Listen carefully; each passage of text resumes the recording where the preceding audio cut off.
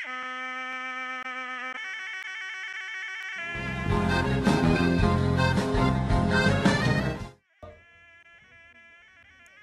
bidang seni mempertahankan diri iaitu silat, 10 pelajar yang terbaik telah dipilih dari SMK Asajaya Samarahan.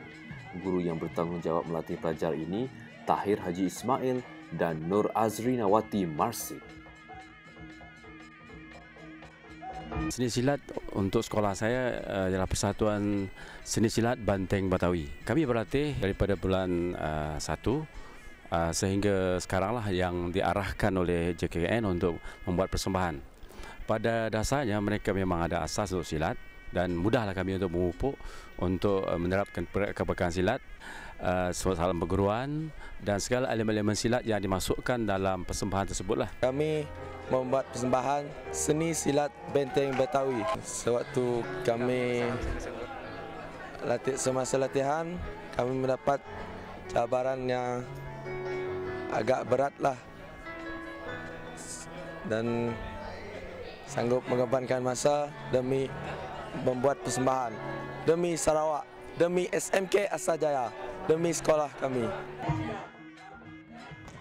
Diharap melalui persembahan seni silat Banteng Batawi ini dapat memberi manfaat dan menyampaikan mesej yang baik buat para pelajar umumnya dan masyarakat.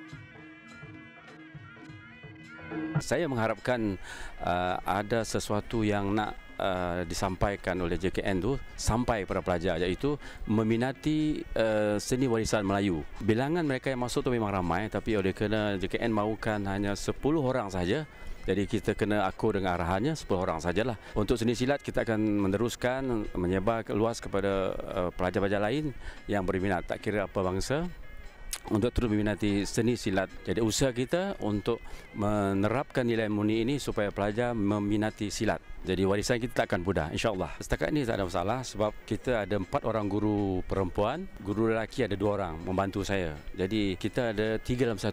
Co-curriculum bersama dengan jurulatih seni budaya JKN dan juga untuk melatih untuk wakil sekolah. Jadi sekarang ni usaha untuk melahirkan wakil sekolah yang terbaik untuk di peringkat negeri sudah berjaya. Sambil itu kita nak menyebar luaskan warisan Melayu ini, warisan silat, dan akhirnya pelajar-pelajar yang datang ni saya pilih 6 orang perempuan dan 4 orang lelaki.